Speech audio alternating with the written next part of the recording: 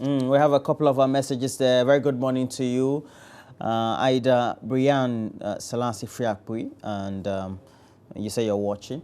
We say you also keep watching. Have a good time as well. And we know that there's been what we call, in quotes, the invasion of local trading as well as certain sectors of industry or mining by foreigners, and particularly a lot more local entrepreneurs and also local traders are a lot more incensed about trading with foreigners or foreign nationals like the Chinese, the Nigerians, etc. But how excessive is this very practice, and does it flout any regulation at all? We have trade expert in the studio, Patrick Stevenson is here. A very good morning to you. But on the face level, you go to just some few meters away from here, you see Chinese shops. and then you see them trading. They have shops in Tema, they have shops all over in Kumasi, etc. Does it flout any regulation at all? Is it a phenomenon that is common across the West African sub-region? Well, the Chinese economy, as I can say, has been slowing down for some time now. But, I mean, they've had their boom years for like the past 30 years, if I can say that. And so as a result of that, you find them expanding their economies and their businesses across a lot of regions. Africa was one of them. West Africa, to be precise. I mean, look at the structure of the West African economy. We sort of shifted from dependency on agri, and we all of a sudden jumped into services. And so you find that they find the services sector, particularly trade, they find that very lucrative.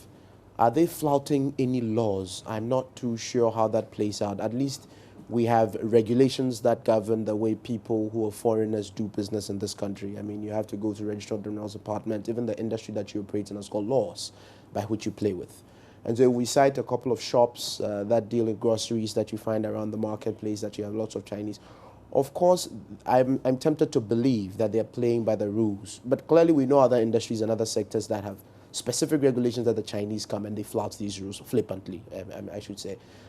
Typical example is what you see in our galamsey and mining industry, where they essentially destroy the environment and they either compete. I mean, there have been cases where they even shot a couple of individuals that you find in some of these mining areas. And they essentially flout the social and the regulatory fiber of a society. And I think that is where people get concerned. In terms of trade, if I'm a Ghanaian and I don't have sufficient opportunity in other sectors of the economy, and what you find me doing is buying and selling, of course, if the Chinese is coming here and he has a lot of capital, then competitively he gets better than I do. His wares are way cheaper in China than I would probably get from anywhere in Europe. And so it creates some kind of a competition. And look at most of the wares we have on our streets. I mean, majority of that comes from China as well. So if you're a supplier from China, would you prefer to deal with a Ghanaian national, or you prefer to deal with your counterpart Chinese business person that's here? And I think those kinds of competitive challenges is what unions like GUTA, for example, has a problem with. I think they equally have some challenges with the... There's a GIPC Act. There are regulations that also tend to regulate the way trading is done. And we know that they are not supposed to be involved in retail trading. But somehow they have some Ghanaians fronting for them in the shops that you visit, and they do retail trading. Well, I mean, that's equally right. The GIPC law is very explicit. There's been cases where I think even the Ministry of Trade and Industry has added some other regulatory constraints. I think I remember the capital requirements, for instance, being increased for foreign nationals that wanted to enter certain businesses, particularly trade. And so law is very explicit. What you want to know is that for every regulatory system that you have, there are inroads. There are inroads that people use to either make the laws ineffective or whatever you can call it. In the case of these businesses, you're right. You have Ghanaians who front for them, and so it really comes back to attitudes and our ability to implement regulations when we enact them, particularly to protect Ghanaian businesses and Ghanaian interests. If we are reserving certain sectors for Ghanaian participation, I mean, we've been discussing local content for a very long time. It just doesn't happen in the extractive industry. Trade, for example, and buying and selling is equally another part. So where you have Ghanaians fronting for these businesses, it means there's a certain regulatory defect, if you ask me. We should be able to open that up and place the necessary solutions that we need there. Otherwise, you have Ghanaians who part. I mean, it's not just the Chinese. You have Lebanese businesses here that have Ghanaians who front for them just to satisfy the so-called participation between Ghanaian and foreign nationals. So that happens. But the Ghanaians are, I mean, sorry to say, just people who are just representative on the face of these businesses. We're just handicapped. So Handicapped. the GIPC in this publication, I think they, in fact, they haven't published the last quarter though. For the third quarter of the 2015 financial year, they recorded in excess of $2 billion US in FDIs, foreign direct investment, and most of them, of course, coming from China and elsewhere in Europe, there for the extractive industry, India, etc. At what point do we have to do a reconciliation of all that and say, because of perhaps the balance of trade, well, we have great partnership, we have great ties diplomatically, and so we just have to accommodate what we have to accommodate? Well, that's a tricky question, and I mean it's virtually the case for all issues that I believe concern policy. At what point do we acknowledge that we have some gains and we have to knock these gains off possible costs that we are discussing today? I believe the issue around FDI really is not necessarily about the capital inflow, but where that capital inflow that's coming in is going. Okay, and so as a country, you need to understand and appreciate what sectors of your economy, for example, you want to drive foreign capital into. As we speak today, we're struggling with agriculture, but our services sector is growing. Okay, now that's a problem for me because nobody eats banking, nobody eats insurance, nobody eats telecom. And so if you're growing these sectors and your foreign capital appears to be going into these sectors, telecom, just a few of them might be Ghanaian. Oil. If you look at oil, for example, nobody eats that. Today, as you see, look what's happening to the prices. It's dancing all over the place. And so if you don't direct where that foreign capital has to be going, then you're going to have a problem. And so when you say that we have seen some inflows in terms of increases in foreign direct investment, that might have been the case for a couple of years. I'm not too sure that's happening now because as we speak, a lot of foreign capital, well, those are usually the hot capital, what we'll call hot capital or hot money. Those ones are flying out. But those that have invested in industries, well, you might have seen an increment in those. But in what sectors are we getting them? If we are getting a lot of them in trade and in buying and selling and in these retail businesses, then clearly you have a problem because your structure does not support individual and indigenes, for example, to participate effectively in things like agriculture, what is happening to your manufacturing industry. Well, if you don't solve that problem, then you might get the capital, all right, but the capital will not generate the results that you're looking for positively. How do we deal with this in the face of it, knowing that this is the reality? Because it would seem as if maybe the regulatory institutions or the ministry that are supposed to be having oversight responsibility over this, as far as supervision is, are just looking on. Well, I mean, like I mentioned right at the beginning, in every country and every economy that I know, you have foreign nationals doing business there. What you need to do when you open up such markets, okay, is to ensure that you have co-regulation and regulations that make sense. It's not just about taking the whip and going around and saying I have some kind of a task force that's just checking from shop to shop. That's not the way you do it. You need to understand the structure of that industry and provide regulatory systems that support the way you do business. So I think that's the mix that we appear not to have gotten right, which is why people can get away with it. Because if regulation doesn't work, I can tell you what private sector people will do. They will cause problems. But what have we seen in terms of regulation? I mean, I think the regulations we have seen, some of us might call them either draconian or they've just been, let's take the whip, go around, identify a few task force people, like you saw in Galamsey.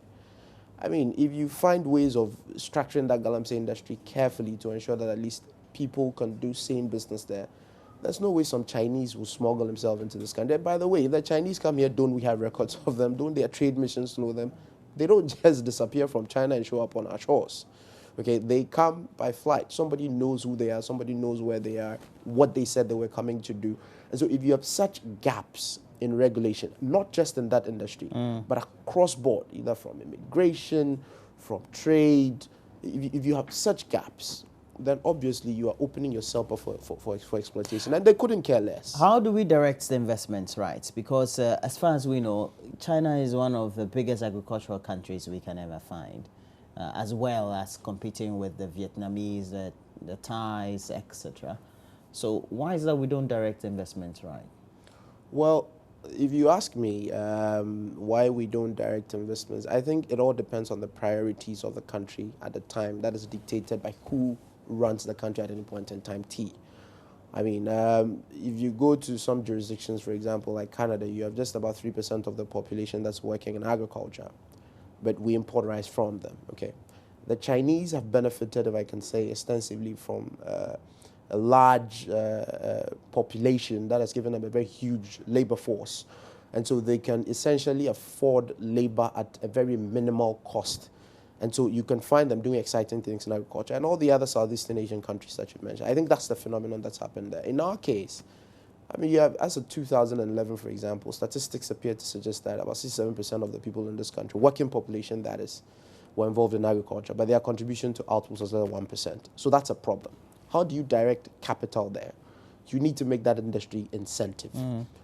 By incentive, I don't mean take out money and support, go pay out some cash to people to invest in that industry. But if, as a young man who's interested in farming, and I want to do a yam farm somewhere along the north, which is very good for growing yams, I have to struggle to drive through the eastern corridor of this country, probably even sleep on the road a day. That's not exciting for me who's Ghanaian and I have the country at heart. How do you expect foreign capital to do that? So foreign capital will come in. It will only pick opportunities from where it sees doing right.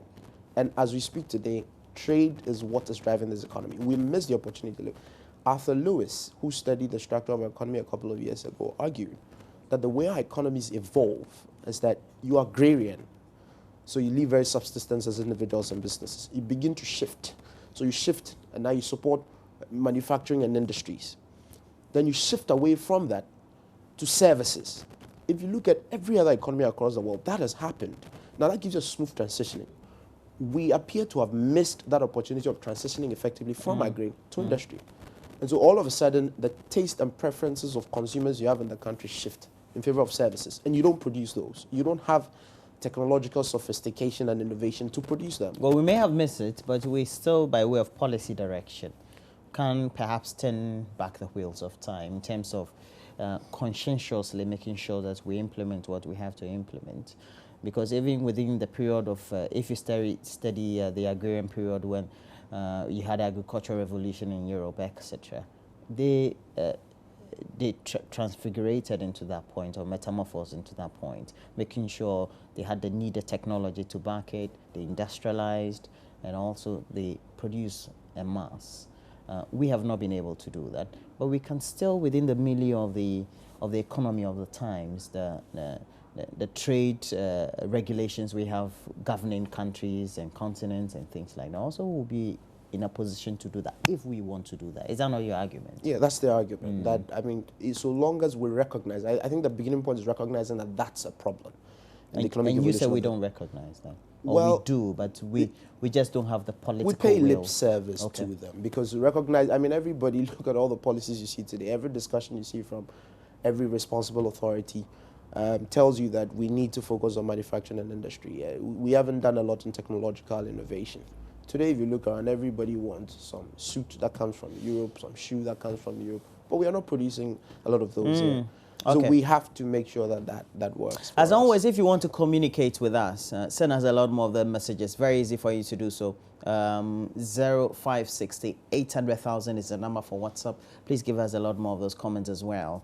And we know that the Chinese, they have also made inroads into galamsey or small-scale mining. We have a licensed small-scale miner on the line, and Kwame Opoku Williams is on. A very good morning to you, Kwame Opoku. How is a phenomenon after all those enforcement activities that were undertaken by supposed task forces to make sure we weed out the Chinese or the other foreigners from the small-scale mining sector? Hello? Hello? Yes, I was asking, what's the scenario now in the small-scale mining sector? Have the Chinese now gone? If you can just I can barely hear you. If you can speak up, I would really I'm saying, have the it. Chinese gone away from your industry, the small-scale mining sector? My brother, the Chinese are still there. They are working. Now, for a Chinese to work, you see, small-scale mining, and let me take you back a little. Small-scale mining is reserved specifically for Ghanaians. Well, that's what we're If, told. sorry? That's what we're told. Exactly. That's how it is. That's what the law is. Now, you can actually, the biggest size you can get is 25 acres. Below that, it's from 25 acres down. That is for license for a small-scale miner to work. Now, when the Chinese came in, there are two positives to it. There are two ways in it. Now, a Chinese cannot just come and say, I am going into mining. First of all, the Ghanaian has to lead the person to work. You understand? Because the lands are for you to get acquired license, you have to go through Minerals Commission. Now, a Ghanaian will do that. Now, for a Ghanaian to do that, mining actually itself, for you to have, say, a recognized mining or some licensed small-scale mining, there are a lot of procedures you go through. You have to get EPA permits. All of them are money. So what the Chinese normally do is that they sponsor Ghanaians to front for them. You understand?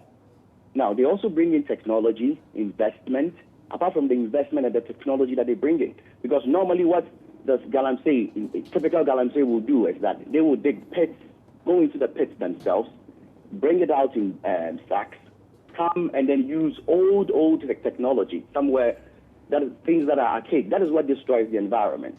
Now, what the Chinese came in, they came in with machines, with excavators, things that you can rent. In the local parlance, one we call chanfan, what we can use to mill. All those things came in. Now, because they are coming in with their investment and they are not allowed to work, if a minerals commissioner or inspector comes to your concession and sees, say, a foreigner there, what normally they do is that it's either they will sack the foreigner from there or they revoke your license. You understand? Hello? I'm listening to you, sir. Good. They will revoke your license. So what they normally do is that you will not get a Chinese on the site. But the Chinese is coming with his investment. So the catch here is that the reason why they're coming with their investment and they are not allowed to operate on the site, they will do it illegally. They will find ways of degrading the environment because they have to make their money. And they've sunk in some close to, say, to 200,000, 500, 600,000 cedis, some even to 1 million on a concession. You understand my brother? So it is not that the influx in has pluses or minuses, but looking at what happens to our environment, that is where the minuses are. But the Chinese also came in with a lot of technology and advanced things that also has boosted the mining industry. Well, Mr. Williams, of its minerals. Mr. Williams, let me ask you. Let me ask you this. Let me ask you this. The Chinese, they don't independently come to work in some of these concessions, do they? They kind of collude with some of you to do what they have to do. Is that not the case? That is the case. That's exactly what I said. That is exactly what I said. And beyond the issue of them degrading the environment, you don't seem to have any difficulty with them working in the small-scale mining sector. No. You see, my brother, I first of all made mention of two things. There are pluses and minuses. Now, this is the reality on the ground. But others too, like say the Chinese will go and see, say, a chief somewhere in a village. They speak to landowners, and then get on the concessions and work. When the inspectorate division goes there, they vacate the place. That is also going on. That is also ongoing. These are all realities on the ground. And we have legitimate people like myself, my company. We have gone through all the Minerals Commission procedure. We have our license. We are not operating with the Chinese. But we have other people who are doing this with the Chinese. And it's not just Chinese. You have Indians. You have all sorts of people. You have Russians, people coming in. It's not just the Chinese, but just that they are in the majority. And then they collude, because if you don't have a legitimate license, that is what makes it a Galamsey operation, because you are doing it illegally. And that is where sometimes people take money from the Chinese, they go take their equipment, and the Chinese are compelled more or less to come there. Some of them work with them. So these are realities, and because they don't have any license, Minerals Commission cannot go ahead and inspect, because we have, say, small setups all over, and they are handicapped. So when they leave, instead of reclaiming the land as the EPA regulation states, they don't do it. They leave pits, they leave holes, they leave all those things. But if we are to regulate this thing very well, my brother, I'm telling you that the investment Ghana can make out of mining, it will blow your mind. If we are to regulate this very well and amend the laws, make it possible for people to go through their procedure, get their license, say partner with a foreigner to do this, it will work better than what we are doing. Because the laws do not allow us to partner with a foreigner to work. And that is the problem we have.